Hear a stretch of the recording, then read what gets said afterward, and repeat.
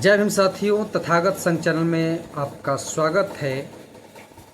अभी फिलहाल का न्यूज़ है, बिहार का सीएम बिहार को मिल चुका है। बीजेपी ने ओबीसी समाज का सीएम सम्राट चौधरी को बना दिया है। सम्राट चौधरी कुशवाहा समाज से आते हैं। वुमेन्स रिजर्वेशन बिल पास कर रही है, जो महिला आरक्षण को लेकर बहुत बड़ी खबर है। लेकिन सवाल यह है कि महिला आरक्षण में क्या SC ST OBC महिलाओं को अलग से आरक्षण मिलेगा या नहीं मिलेगा। तो मुश्किल बढ़ेगी। नोएडा और फरीदाबाद में और बहुत जगह पे धरना प्रदर्शन हुआ है इस बात को लेकर। लेकिन मिनिस्ट्री मीडिया इस कदर न्यूज़ दिखा रही है कि यह लोग पाकिस्तान के बहकावे में आ गए हैं। तो मिनिस्ट्री मीडिया अपना चरित्र और अपना विचार इस कदर पेश कर रही है। इस तथ्य को लेकर के पूरे देशवासियों को समझना पड़ेगा कि मिनिस्ट्री मीडिया किस कदर गिर कर अपना पत्रकारिता करती है। का रिपोर्ट है कि 18 रुपया पेट्रोल और 25 रुपया डीजल का दाम बढ़ सकता है, लेकिन चुनाव तक आप लोग रुक जाइए, बढ़ने का संभावना है। बीजेपी ने सम्राट चौधरी को बिहार का सीएम बना दिया है। बिहार का सीएम सम्राट चौधरी, मध्य प्रदेश का सीएम मोहन यादव और छत्तीसगढ़ का सीएम आदिवासी समाज के हैं और उड़ीसा के भी आदिवासी समाज के हैं। यह सब बीजेपी मजबूरी में कर रही है, जो बाबा साहब के दिए गए हक और अधिकार के बदौलत इन लोगों को ऐसा करना पड़ रहा है। लेकिन बीजेपी इसका सैल्यूशन भी निकाल लिया है, क्योंकि मजबूरी में विधायक मंत्री और कैबिनेट मंत्री और चीफ मिनिस्टर डिप्टी सीएम बनाना पड़ रहा है। इसका सैल्यूशन बीजेपी ने निकाल लिया है। तो मैं बता दूं कि महिला आरक्षण कैसे लागू होगा। 5 सांसद जो सीट है, संसदीय जो सीट है 545 है, तो 545 से बढ़कर 850 हो जाएगा। महिला को 33% आरक्षण लागू होगा। तो इस पर बहन कुमारी मायावती जी ने मेन कॉन्फ्रेंस में बोली हैं कि महिलाओं को 33% ही नहीं 50% आरक्षण दीजिए, इससे लोगों को कोई प्रॉब्लम नहीं है। तो 2 महिलाएं चुनकर आएगी। सवाल यह है कि आज भी रिजर्वेशन सीट छोड़ करके जनरल सीट पर क्या SC ST के लोग जीत पाते हैं। तो सवाल यह है कि नहीं जीत पाते हैं। OBC आरक्षण 50 से ज़्यादा नहीं है और जनरल समाज के लोग, राजनीति पैसे का हो गया है, तो जनरल समाज के लोग 50% से ज़्यादा राजनीति में रिप्रेजेंटेशन है। अभी भी मैं बता दूं कि 545 में 250 के करीब हैं जनरल समाज के लोग। 250 और 200 महिला हो जाएगी। 200 महिला होने के बाद 450 के करीब हो जाएंगे।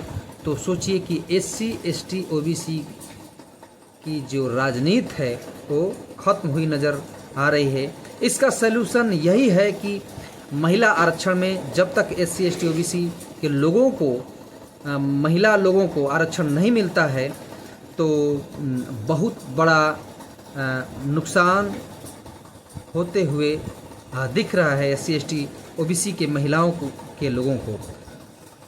और मैं बता दूं कि 5 राज्यों में चुनाव था, जो असम और पुडुचेरी में चुनाव हो चुका है और बंगाल, तमिलनाडु का चुनाव 23 अप्रैल को है और केरल में भी चुनाव हो गया है।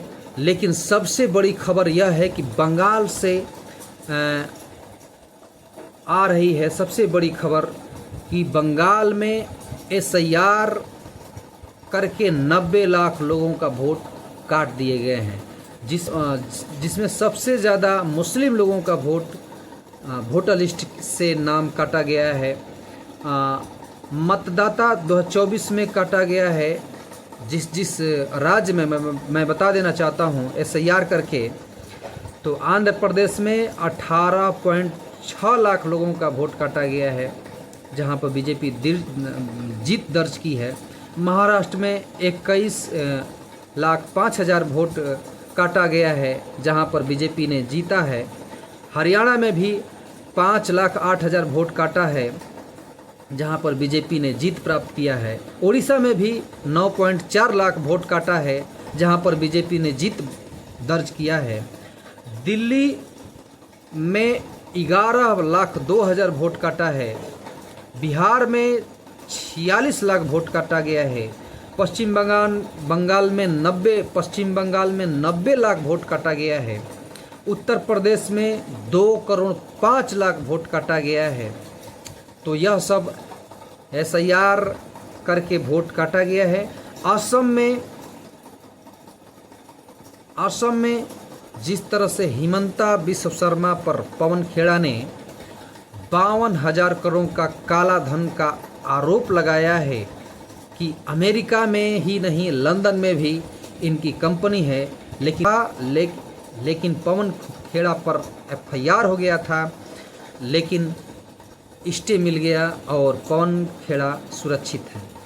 तो सोचिए कि जब बिस्व शर्मा सत्ता में से बाहर होंगे तो उनका क्या होगा। तमिलनाडु की 90% आबादी SC ST OBC की है, और वहाँ पर JP हो चाहे कांग्रेस हो या स्टालिन की पार्टी DMK हो या विजय थलपति हो या ममता बनर्जी की पार्टी हो, कोई भी पार्टी हो, जनरल समाज के लोगों को एक भी टिकट नहीं मिला है। वहाँ पर बहुजन राज्य है, इसलिए हिंदू कार्ड नहीं चल पाता है। DMK की पार्टी लड़ाई में है, और देखते हैं कि ये तमिलनाडु के एक नए चेहरा राजनीति की गलियारों में हमेशा सुर्खियों में छाए रहते हैं, विजय थलपति जी। तो देखते हैं कि अब की बात तमिलनाडु में क्या होता है। तो बंगाल में 294 सीट है विधानसभा की। वहाँ पर हुमायूं कबीर छाए हुए हैं। सभी लोग जानते हैं कि बीजेपी मुस्लिमों के खिलाफ रहती है, लेकिन हुमायूं कबीर बीजेपी के लिए काम कर रहे हैं, क्योंकि 1,000 करोड़ का मदद उनको चाहिए था, इसलिए वो बीजेपी से 1,000 करोड़ का मदद मांग रहे थे, और बीजेपी उनको डिप्टी CM बनाने का वादा किया है। इसलिए हुमायूं कबीर बीजेपी के लिए संघर्ष कर रहे हैं। तो बीजेपी सत्ता में आएगी तो हुमायूं कबीर का कहना है कि बीजेपी सत्ता में आएगी तो मैं बाबरी मस्जिद बनाएंगे। देखते हैं बंगाल पर बीजेपी फतेह कर पाती है या नहीं।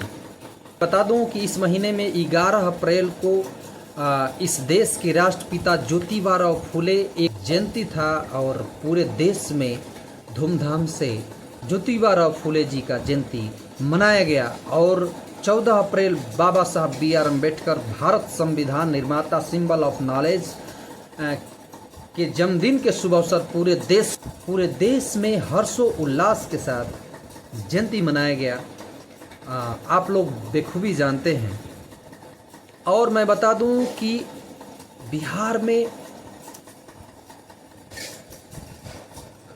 नीतीश कुमार ने सम्राट चौधरी को CM बनते हुए देख पा रहे हैं। उनके दिमाग में क्या है और उनके पीछे क्या राज है, बीजेपी क्या मतलब खेल खेल रही है इनके साथ, जनता दूर है इस तथ्य से लेकर।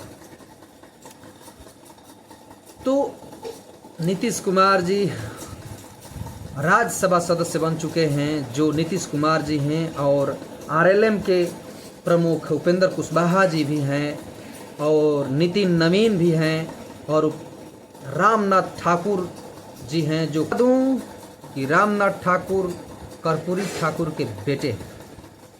राजद के पक्ष में IMIM BSP के विधायक सतीश यादव उर्फ पिंटू यादव जी समर्थन में खड़े थे। रामविलास पासवान के बाद कोई भी पार्टी बिहार से दलित को राज्यसभा नहीं भेजा था, लेकिन बीजेपी ने एक दलित समाज से एक दलित व्यक्ति को, शिवेश राम को राज्यसभा भेजती है। यह बहुत बड़ी खबर है।